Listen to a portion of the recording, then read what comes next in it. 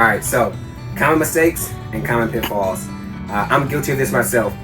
Do not introduce something that you don't know 100%, or don't let it lead to a pathway where you kind of overshare something and you're not ready to speak to everything. I have sat boards where we've walked down spaces or topics, I should say, that we necessarily didn't have to get into, but because it was introduced by the person who was being boarded, we walked down further, and either they didn't know the concept or myself couldn't really speak to all areas of the concept, resulting in a look of or just kind of having an opportunity to see where you weak. So I think really what you want to try to do is hone in on answering the question that they're asking you. Don't try to offer too much, and don't try to necessarily overshow your knowledge, because the objective of the board is to kind of cover all of these different areas and all these different topics. So when you start going into one space and you spend 10 or 15 minutes in that one space, more than likely somebody sitting at board knows more than what you know.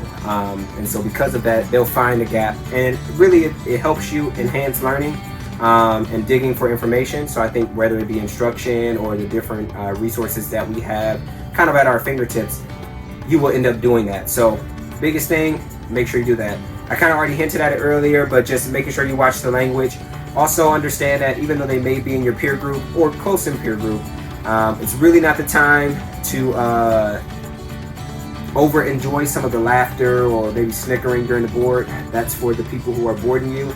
Typically it's still going to be very professional, but should you respond something different, or should the board just go in a different direction, they may interact as a selection board. And I think it's important to understand that you may want to limit your interaction just because it can be deemed as unprofessional. Outside of that, be yourself, answer the questions, and be confident walking into the door. Confidence plays really a big part. So even if you don't necessarily know everything, that's okay. The expectation is not for you to know everything. Like we learned at the Supply Corps School, it's important to be able to know where to find the answers, know who to ask should you can't find the answers, and then from there, just leaning in on your resources, and they understand that. So don't be afraid to ask them ahead of time and even ask them afterwards.